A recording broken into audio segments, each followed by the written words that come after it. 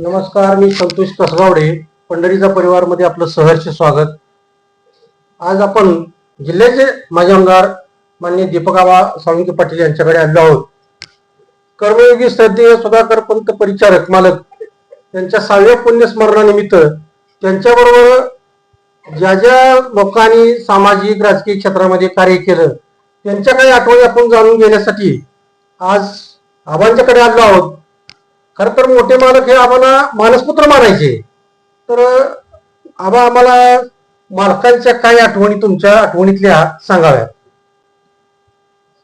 मालकांच्या बद्दल सांगायचं म्हणलं तर ते माझ्या जीवनाचे शिल्पकार म्हणलेलं वावगं होणार नाही. माझ्या आयुष्यातला आज जो काही दीपकआबा साळुंखे नाव त्या जिल्ह्यामध्ये महाराष्ट्रामध्ये आहे त्याच्या पाठीमागे फार मोठी शक्ती आदरणीय मोठ्या मालकांची आहे. तसा माझा आणि मोठ्या मालकांचा परिचय कॉलेज जीवनापासूनच झाला. मी पंढरपूरला कॉलेजला असतानाच आदरणीय मालकांच्याकडे जायचो, त्याच्याबरोबर बसायचो. आणि माझे वडील कैलासवासी आमदार काकासाहेब साळुंखे पाटील आणि मालकांचा स्नेह होता. एका सहकार्याचा मुलगा म्हणून त्यांनी मला स्वतःच्या पोटच्या मुलाप्रमाणे मालकाने प्रेम केलं. कॉलेजच्या जीवनामध्ये पहिल्यांदा मला मालकाने जर काही आदेश दिला असेल किंवा मालकाने मला सल्ला दिला असेल तर त्यांनी सांगितलं की आयुष्यामध्ये दीपक जगत असताना स्वतःच्या कर्तृत्वावरच आपण उभारलं पाहिजे. आणि म्हणून त्या काळामध्ये मला स्वतः मालकाने त्यावेळेला वसंतदादा पाटील राज्याचे मुख्यमंत्री होते, त्यांच्याकडे घेऊन गेले. मुख्यमंत्र्यांचे आणि माझ्या वडिलांचे संबंध अतिशय चांगले होते. आणि त्यावेळेला मजूर सोसायटी स्वतःचा उद्योग करण्यासाठी, ठेकेदारी करण्यासाठी मजूर सोसायटी काढायला मालक मला पहिल्यांदा मुंबईला घेऊन गेले. आणि त्यामध्ये कॉलेज जीवन सुरू असतानाच स्वतःचा उद्योग व्यवसाय सुरू करायला मालकाने मला पहिलं मार्गदर्शन केलं. त्यानंतर साहजिकच कॉलेजच्या जीवनानंतर मी सांगोला तालुक्याच्या राजकीय क्षेत्रामध्ये प्रवेश केला आणि तो संघर्षाचा काळ होता. त्या संघर्षाच्या काळामध्ये मी झगडत असताना आदरणीय मालकांच्या सल्ल्यानेच मी राजकारणामध्ये काम करत होतो. आणि सुरुवातीला मला जिल्हा मध्यवर्ती बँकेवर संचालक म्हणून काम करण्याची संधी केवळ आणि केवळ श्रीमंत म्हणजेच सुधाकर पंत परिचारक साहेब म्हणजे थोरले मालक त्यांच्यामुळे मला मिळाली. आणि त्यानंतर मग राजकीय क्षेत्रातले माझं सगळं काम मी मालकांच्या सल्ल्यानेच करत होतो. आणि त्या काळामध्ये हळूहळू माझा स्नेह एवढा वाढला की मालकाने माझ्यावर पुत्रव्रत प्रेम केलं आणि स्वतःच्या मुलाप्रमाणेच मला त्यांनी आजपर्यंतच्या काळामध्ये शेवटच्या टप्प्यापर्यंत त्यांनी मला सांभाळलं. जिल्हा मध्यवर्ती बँकेचा संचालक झाल्यानंतर सांगोला सहकारी साखर कारखान्याच्या उभारणीची जबाबदारी चेअरमन म्हणून माझ्यावर जेव्हा पडली त्यावेळेला साखर कारखाना उभा करणं ही फार अवघड गोष्ट होती. आणि मग मी मालकाच्या सल्ल्यानं मालकाने स्वतः मला दिल्लीला नेलं, अप्रायला आणलं, लोन मंजूर केलं आणि कमी पडलेले पैसे त्यांनी स्वतः बँकेतले, ब्रह्मदेव दादा माने बँकेचे, शिवदारे अण्णाच्या बँकेतील असं सगळी मदत करून केवळ मोठ्या मालकांच्या सहकार्याने सांगोला सहकारी साखर कारखाना हा उभा राहिला. आणि त्याच्यानंतर माझ्या आयुष्याचा कळस राजकारणातला तेव्हा ज्या शिखरावर मी पोचलो, आमदारच्या रेसमध्ये असताना आदरणीय मालकाने माझ्या बरोबर परिचारक साहेबांच्या आपल्या पवार साहेबांच्याकडे येऊन त्यावेळेला विजयदादा मोहिते पाटील साहेब होते, त्या सगळ्या मंडळीने मला पवार साहेबांकडे घेऊन गेले. आणि विधानसभेची जागा लढवायची आहे की विधान परिषदेवर तुला आमदार करतो म्हणून शब्द दिला. आणि तो शब्द केवळ मालकांच्यामुळे पूर्ण होऊ शकला. आणि माझ्या विधान परिषदेमध्ये प्रचाराचं जे काम होतं ती धुरापूर्णपणानं मालकांनी सांभाळली.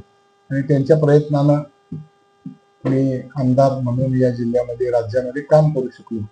अशा असंख्य आठवणी आहेत की ज्या मालकांच्या बरोबर माझ्या आयुष्यामध्ये शेअर केलेल्या. खरं तर जुनी लोक सांगतात की मालकांचा स्वभाव असा होता, सहसाही कोण पुढे बोलत नव्हतं, पण दोनच व्यक्ती होत्या की एक आबा आणि सोपल साहेब.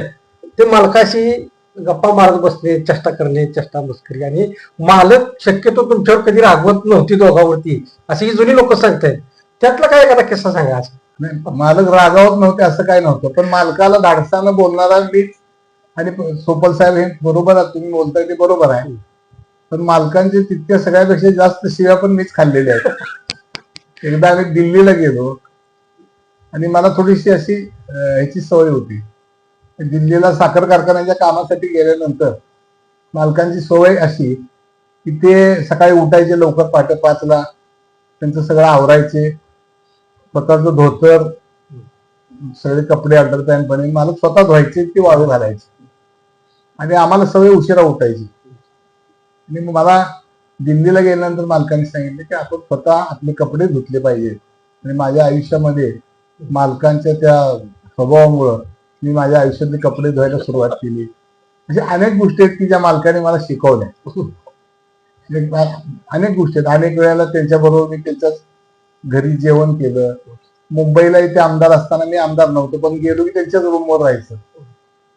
आणि ते शाकाहारी आमदार साहेब आणि मी मांसाहारी. मग खाली मॅजेस्टिक आमदार निवास त्यावेळेला होता, आता ते बंद आहे. मॅजेस्टिक आमदार निवास मध्ये मी विश्वास अचानक गेलो मुंबईला. मला त्यांनी सांगितलं चल आपण खाली जेवायला जाऊया. आम्ही कॅन्टीन मध्ये जेवायला गेलो. तर त्यांचं नेहमीच ठरलेलं एक राईस प्लेट त्यांना खायची ती. म्हणून तुला काय पाहिजे तू मागव. म्हणजे मी मांसाहारी असल्यामुळं मी आपलं मासे मागव, मटण मागव, चिकन मागव. मला पाहिजे तेवढं मनसोक्तपणाने जेवलो. आणि बिल आलं. बिल आल्यावर मालक म्हणले अरे दीपक, माझं आठवड्याचं बिल तू एकाच वेळेला जेवायचं कसं केलं. मला काही, मी तुमचा लाडका आहे त्यामुळे मला मोजायचं नसतं कधी म्हणत. अशा अनेक गोष्टी आहेत. हक्काने अगदी म्हणजे हक्काने सगळ्या गोष्टी. आणि मी त्यांच्यामुळंच, म्हणजे केवळ मी वडिलांनी माझ्या जन्म द्यायचंच काम केलं फक्त, पण माझ्या वडिलकीचं सगळं जे आधारस्तंभ होते तेव्हा वडिलांसारखं मला जे प्रेम दिलं, वाढवलं, मोठं केलं, राजकारणामध्ये, समाजकारणामध्ये जी मला जे स्थान आहे ते केवळ आणि केवळ आदरणीय श्रीमंतांच्यामुळे, मोठे मालकांच्यामुळे मी कधी विसरू शकत नाही. आणि त्याच्यातला महत्वाचा जे घटक आहे आमचा सहकारी साखर कारखाना, सांगोला सहकारी साखर कारखाना त्यांच्या आशीर्वादाने उभारला. आणि दुष्काळामुळे आम्हाला कारखाना बंद ठेवावा लागला. त्यावेळेला माझ्या कारखान्यामध्ये चीफ अकाउंटंट म्हणून कुलकर्णी साहेब काम करत होते. ते अकाउंटंटचे चीफ अकाउंटंट झाले. त्याच्यानंतर एमडी म्हणून आमच्याच कारखान्यावर त्याला आम्ही प्रमोशन दिलं. आणि पांडुरंग सहकारी साखर कारखान्याची जाहिरात निघाल्यानंतर तिथं आम्ही कुलकर्णी साहेबांना म्हणलं आता आपला कारखाना बंद ठेवतोय आपण, तर मालकांच्या कारखान्यावर आपण ऍप्लिकेशन देऊया. मग ऍप्लिकेशन केलं आणि मग आम्ही दोघं मिळून मालकांच्या घरी भेटायला गेलो. तिथं बाहेर त्या वसरीवर बसलेलेच असायचे ते टक्क्याला टेकून. आणि त्यांचं आलं की स्वभाव, हा काय दीपक, रागालाच बोलायचे पहिल्यांदा. आणि मला सवय असायची, काय नाही काम आहे माझं, काय काम आहे सांग. मी सांगेन म्हणून, मला जेव्हा वाटेल तेव्हा सांगेन, तुमची काय जबरदस्ती आहे का माझ्या. मग त्यांच्या लक्षात यायचं ही काय का बसत नाही आता आपल्याला. मग मी म्हणलं का आलाय कशाला आलाय, काय तिच्याशी बोलायची सवय, काय कशाला आलाय. म्हणलं आमच्या कारखान्याला एमडी आहेत कुलकर्णी साहेब, आणि त्यांनी तुमच्या कारखान्याला एमडी जागा भरायची आणि त्याचा अर्ज केलेला आहे. मला म्हणजे ओढ येत ना, मोडक्या कारखान्याचा, बंद पडलेल्या कारखान्याचा एमडी माझ्या कारखान्यावर देतो काय. मला ती दुष्काळामुळे बंद आहे, तुमचा शिष्य आहे म्हणलं मी. असं कारखान्यात कधी आपोआप ह्याच्यामुळं किंवा भ्रष्टाचारामुळे तो काय बंद नाही, पण दुष्काळामुळे साखर कारखाना बंद आहे. तुम्हालाही चांगलं माहिती आहे, एक चांगला अधिकारी आहे, सक्षम आणि काम करायची क्षमता आहे म्हणून तुमच्याकडे घेऊन आलो. बरं ठीक आहे त्याला इंटरव्ह्यूला पाठवून दे. आणि जेव्हा इंटरव्ह्यू झाली राज्यामध्ये अनेक दिग्गज एमडी त्या कारखान्याच्या ह्याला आले होते मुलाखतीला.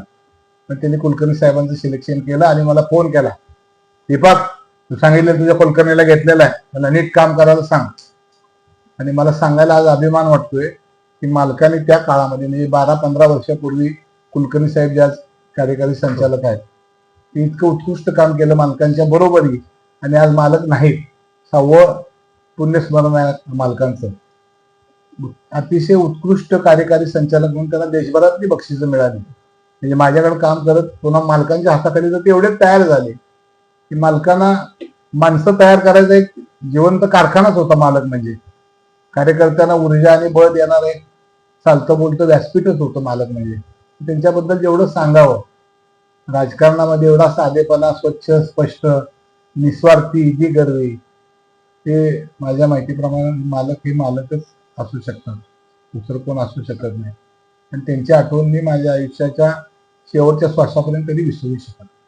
असं आबा कधी आठवतं का? म्हणजे अनेक लोक सांगतात की म्हणजे असं अनेक वेळा व्हायचं की मालक जर एखादं काम घेऊन गेलं रागवलं तर लोक उठून जायचे, पण एक वेळ आबा असे होते जेवढे मालक रागाला जातील तेवढं तिथं हक्कानं काम करून द्यायचे. ते गेले की पहिल्यांदा माझ्यावर खवळ, काय काम आहे, कशाला आलाय, म्हणजे मी जेव्हा मला जमेल तेव्हा सांगेन तुम्हाला काय करायचं. मग त्यांच्या लक्षात येईल हे काय आपलं ऐकत नाही, हे जातं काम करावंच लागतं. अशा अनेक गोष्टी आहेत. सेक्रेटरीची ऑर्डर काढायची असू दे, जिल्हा बँकेमध्ये क्लार्कची ऑर्डर काढायची असू दे, काय पण माझं कधीही मालकाने मोडलं नाही, कधीही मोडलं नाही. मला अजून एक किस्सा सांगतो मी. आमच्या साखर कारखान्याची ट्रिप मॉरिशसला जायची होती. मग मी मुंबईला गेलो, मिटिंग झाली, मिटिंगवरनं रूमवर आलो. मला म्हणलं कशाला आलाय, काय काय काम काढलंय. म्हणजे मला काय नाही, कारखान्याची बैठक होती. कशाही बैठक, म्हणजे आमच्या महाराष्ट्रातल्या साखर कारखान्याची परदेश दौऱ्याची टूर आहे मॉरिशसला. काय झालं मग, म्हणलं काय नाही, मी काय जाणार नाही. का बरं जाणार नाही, म्हणलं तुम्ही सांगितले 30,000 रुपये भरायला लागतील. तर मालक म्हणलं माझ्याकडे ठीक आहे म्हणजे. बसलो आम्ही, चहा बी केलो. मला म्हणलं चल माझ्याबरोबर. तर तिथनं आम्ही विधान भवनात गेलो. विधान भवनात एक बँकेची शाखा आहे. त्या बँकेच्या शाखेतनं जाऊन तिने 30,000 रुपये काढले, 40,000 रुपये काढले. मला म्हणजे 30,000 रुपये जाऊन भरून ये आणि तू त्या ट्रिपला जा आणि 10,000 रुपये तुला खर्चाला ठेव. एवढं माझ्यावर त्याचं निष्णात प्रेम होतं. ते कदाचित उमेश मालकाला आणि प्रसन्न मालकाला सुद्धा मिळलेलं नसावं, एवढं प्रेम मला मालकाने दिलेलं. असा एखादा प्रसंग आठवतो का, म्हणजे तुमच्या कधी मनी ध्यानी नाही पण मालकाने एखादं पद किंवा एखादी योजना असेल किंवा एखादा तुम्हाला राजकारणामध्ये एखादी संधी असेल किंवा एखाद्या सहकारी क्षेत्रामध्ये, राजकीय क्षेत्रामध्ये अनपेक्षितपणे तुम्हाला दिली, असं काय एखादं आठवतो का? जिल्हा बँकेचं संचालकच माझ्या मनी ध्यानी नव्हतं. मला बोलवलं, मला म्हणलं कुठे आहेत तुझे ठराव, काय आहेत का तुझ्या सोसायट्या, काय आहेत का तुझ्याकडे. म्हणलं माझ्या दूध संस्था भरपूर आहेत काढलेल्या, प्रक्रिया संस्था किती आहेत. मला काय मनी ध्यानी स्वप्न नाही की आपण जिल्हा बँकेवर संचालक होऊ, हे मला कधीच वाटलं नव्हतं. मालकाने सांगितलं सगळ्या याच्यातनं ठराव दे, आणि मग मी प्रक्रिया संस्थेतनं ठराव दिला, दूध संस्थेतनं ठराव दिला, पतसंस्थेतनं दिला. आणि मग मला मालकाने पहिल्यांदा ज्या वेळेला मी 25 वर्षापूर्वी संचालक झालो त्यावेळेला मार्केट प्रक्रिया मतदारसंघातनं मालकाने मला संधी दिली की अनपेक्षितपणानं बोलवून एखाद्या कार्यकर्त्याला किंवा एखाद्या आपल्या जवळच्या व्यक्तीला संधी द्यायचं काम. म्हणजे माझ्यावर तर केलं, त्याने अनेकांना संधी दिली, पण माझ्या बाबतीमध्ये त्यांनी अतिशय प्रेमानं, मी आज जो काय आहे दीपक आबा साळुंके, जे काय नाव आहे, किती आहे मोठं लहान मला नाही माहिती, जेही काय आहे केवळ आणि केवळ मालकांच्या कृपेमुळे आहे. जसं सांगायला सुद्धा मला अतिशय सार्थ अभिमान या निमित्तानं वाटतं. खरं तर त्या काळामध्ये तुम्ही मालकाला सायकलवर घेऊन गेला किंवा एसटीने गेला, असे काही प्रसंग आहेत, ते थोडेसे सांगा आठवणी. मी आपल्याला मजूर सोसायटीत एक प्रसंग सांगितला. त्यावेळेला पंढरपूर, सांगोला आणि मंगळवेढा असिस्टंट रजिस्टर ऑफिस पंढरपूरला होतं आणि तिथं मजूर सोसायटीची नोंदणी असायची. मग असिस्टंट रजिस्टरकडं मालकाने सांगितलं की तुम्हाला यावं लागते. मग वाड्यात बसलो होतो आम्ही. आता असिस्टंट रजिस्टरचं ऑफिस फड्यांचं त्यावेळेला एक हॉस्पिटल होतं, फड्यांचं हॉस्पिटल. त्या हॉस्पिटलच्या बिल्डिंगच्या वर असिस्टंट रजिस्टरचं ऑफिस होतं, HR फड्यांच्या हॉस्पिटलमध्ये. अगदी बरोबर. तिथं माझ्या माहितीप्रमाणे पेट्रोल पंप एक ह्याचा होता. मग आता तिथं तेव्हा टांगे रिक्षा तर नव्हत्या, आणि टांगा काय मिळे ना, घरात सायकल होती. मला म्हणजे चल आपण सायकल जाऊ. आता सायकल कसं जायचं, तर त्याला काय होतंय म्हणजे उभंच चालवायला, मी बसतो म्हणजे मागं. मग मी सायकल काढली, मी सायकलीत बसलो चालवायला, मालक मागं कॅरेजवर बसली एका बाजूला, आणि मी सायकल चालवतो मालक पाठीमागे कॅरेजवर. लोकांनाही ते आश्चर्य वाटायला लागलं, मालक सायकलीवर कशी निघाले. मग तिथं आम्ही गेलो. तिथं पोहोचल्यानंतर मागं पुन्हा मोटरसायकलवर आमच्या मागं मालक सायकलवर कसे चालले, उतरा बसा. मग तिथं जाईपर्यंत काय उतरले नाही. नंतर आम्ही असिस्टंट रजिस्ट्रार ऑफिस मधनं खाली उतरल्यावर 4-5 मोटरसायकली मालकाला बघून तिथं आल्या.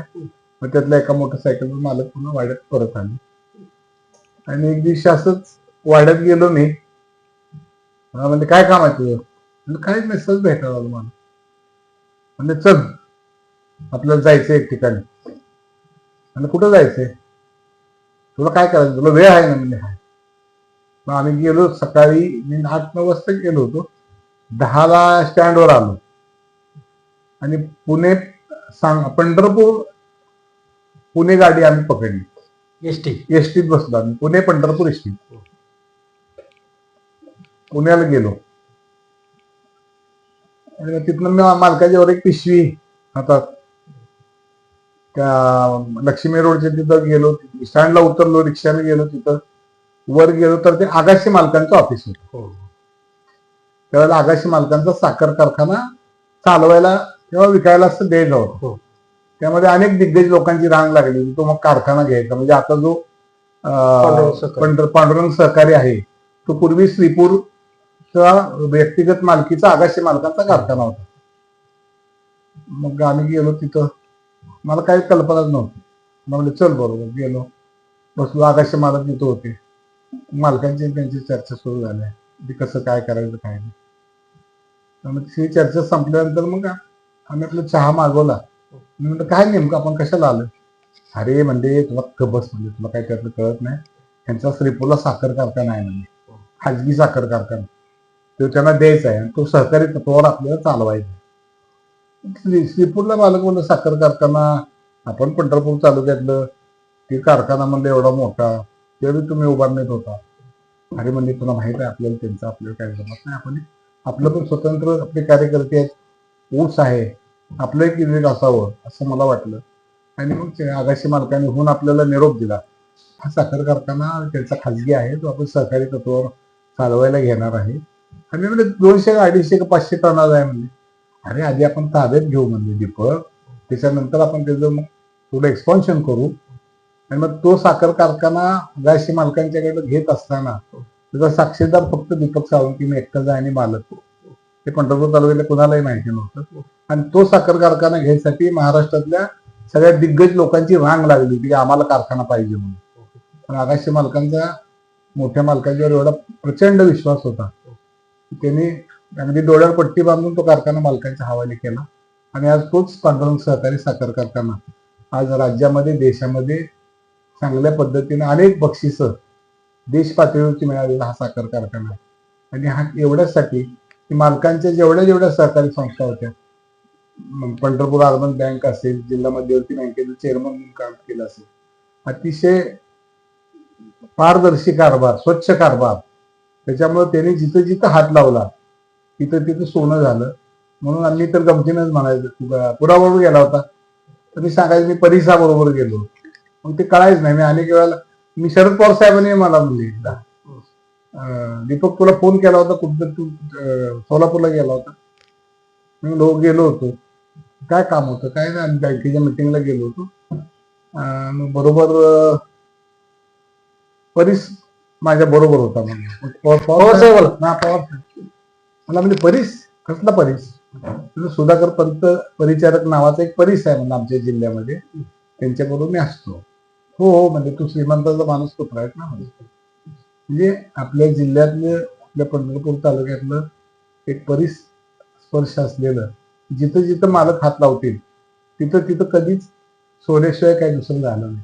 सोनंच तिथं वस्तूचं असेल माणसाचं असेल. ते कशाला जरी हात लावलं त्यांनी मला हात लावला माझ्या आयुष्याचं सोनं झालं. असे अनेकांना हात लावले, अनेक संस्थांना हात लावले, त्या संस्थांचं सोनं झालं. असं एक आपल्या एक सुपुत्र पंढरपूरचे थोर की ज्याला परीस म्हणून आम्ही आयुष्यभर बोललो. अशा अनेक गोष्टी आहेत मालकांच्या बाबतीत सांगायच्या. अनेक वेळा मी शिव्या खाल्ल्या, अनेक वेळा त्याचं बोलणं ऐकून घेतलं. पण मी माझ्या मतापासून कधी ठाम नाही. ती घेतल्याशिवाय मी उठतच नव्हतो कधी. त्यामुळे त्यांच्या लक्षात एकदा मी माघारी बोललो त्यांच्या लक्षात येईल ह्याला ही काही जात नाही, हे आपलं ऐकत नाही, ह्याला दिलंच पाहिजे. असं आमचं नातं होतं. असं नातं की जे सांगूही शकत नाही, ह्याच्या पलीकडचं होतं. आणि मी तुमच्याबरोबर आज रात्रभर जरी बसलो 12 तास तरी सगळे प्रसंग म्हणजे अजून शिल्लक राहून जातील. एवढे प्रसंग माझ्या आयुष्यामध्ये मालकांच्या संपर्कात आल्यापासून शेवटच्या श्वासापर्यंत इवन दो त्या ह्याच्यात जाताना सुद्धा कोरोनामध्ये हम्म. त्यावेळेला मी त्या कोरोना काळात भेटायला गेलो तेव्हाही माझ्यावर खोळले, तुला कोरोना आहे, तुला कळत नाही का, कशाला आलाय तू, तुला काही समजतंय का? नाही मला काही राहावंय ना, म्हणून मग मी आलो, भेटून गेलो त्यावेळेला. असं एक आमचं नातं होतं. खरं मालक गेले, पांडुरंग परिवाराचं नुकसान झालं, पंढरपूर तालुक्याचं झालं, पण वैयक्तिक आबाचं किती नुकसान झाल्यासारखं वाटतं? बघा, माणसाच्या आयुष्यामध्ये आपला वडील गेल्यानंतर किती मुलाचं नुकसान होतं, तेवढं नुकसान माझं झालं, मी काही सांगूही शकत नाही. पण जनरली निसर्गाचा नियम आहे, एखाद्याचा बाप गेल्यानंतर पोराला किती दुःख होतं आणि मुलाचं किती नुकसान होतं, तेवढं माझं नुकसान झालेलं आहे, एवढंच सांगेन. तर ह्या भावना मनापासून काळजापासून येणाऱ्या भावना आहेत या, आणि अशा अनेक आठवणी आबा म्हणतायत की रात्र पुरणार नाही. आणि जिल्ह्यामध्ये असंख्य कार्यकर्त्यांचे नेते बनवण्याचं काम मोठ्या मालकांनी केलं. यापैकीच आज आबांची आपण भेट घेऊन या आठवणींना उजाळा देण्याचा प्रयत्न केला. आबा, आज मालकांच्या 6व्या पुण्यस्मरणाच्या निमित्तानं तुम्ही वेळ दिला आणि मालकांच्या आठवणी सांगितल्या, त्याबद्दल तुमचा आभार.